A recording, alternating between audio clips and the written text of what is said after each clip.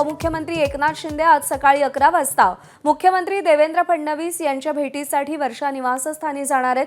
मुख्यमंत्री देवेंद्र फडणवीस यांनी आज बेस्टचे विविध उपक्रम आणि आगाराच्या आधुनिकीकरणासाठी विशेष बैठक बोलावली आहे। या बैठकीला मुख्यमंत्री देवेंद्र फडणवीसांसह एकनाथ शिंदेही उपस्थित राहतील अशी माहिती आहे। राज्याचे दोन प्रमुख नेते एकत्र भेटत असतील तर राजकीय चर्चा निश्चितच होत असते।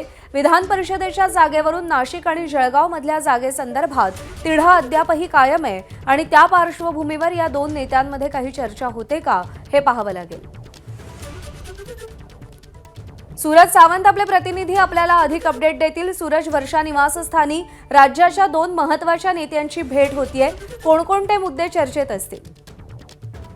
सध्या नक्कीच आपण पाहतोय की विधान परिषदेच्या निवडणुका तोंडावर आहेत किंवा फॉर्म अर्ज भरण्याची काल शेवटची तारीख होती आणि अशातच आता आज सकाळी उपमुख्यमंत्री एकनाथ शिंदे हे देवेंद्र फडणवीसांच्या भेटीला जात आहेत। यासाठी मुंबई महानगरपालिकेतील बेस्ट उपक्रमांसंदर्भात विविध योजनांसंदर्भात जरी ही बैठक असली तरी राज्याचे दोन प्रमुख नेते ज्यावेळी एकत्र भेटतात त्यावेळी नक्कीच राजकीय चर्चा या होतातच। सध्या विधान परिषदेत जो पेच प्रसंग समोर आलेला आहे त्या अनुषंगाने देखील चर्चा होण्याची शक्यता नाकारता येत नाहीये। नाशिकमध्ये आपण पाहिली तर बंडखोरी ही कायम ठेवण्यात आलेली आहे। भाजपचे अपक्ष उमेदवार यांनी ती बंडखोरी कायम ठेवलेली आहे। त्यांची मनधरण करण्यासाठी जरी गिरीश महाजन आणि उदय सामंत तिकडे गेले असले तरी गोकुळ गीते यांनी आपला अर्ज कायम ठेवलेला आहे। तर दुसरीकडे त्यालाच प्रत्युत्तर म्हणून जळगावमध्ये देखील उमेदवारी ही शिवसेनेकडनं रेश्मा काळे यांनी कायम ठेवलेली आहे। या दोन्ही जिल्ह्यांमध्ये आपण पाहिलं तर पेच प्रसंग निर्माण झालेला आहे आणि महायुतीतच कुठेतरी कलह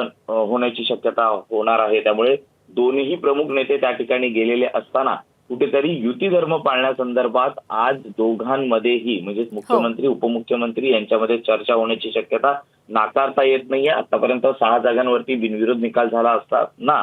बरोबर आहे, नाशिक आणि जळगावचा तिढा महायुतीमध्ये अद्याप कायम आहे आणि त्यावरती या दोन नेत्यांमध्ये काय चर्चा होते लक्ष असेल। सूरज, अपडेट जाणून घेत राहू। तुर्तास धन्यवाद। एबीपी माझा, उघडा डोळे बघा नीट।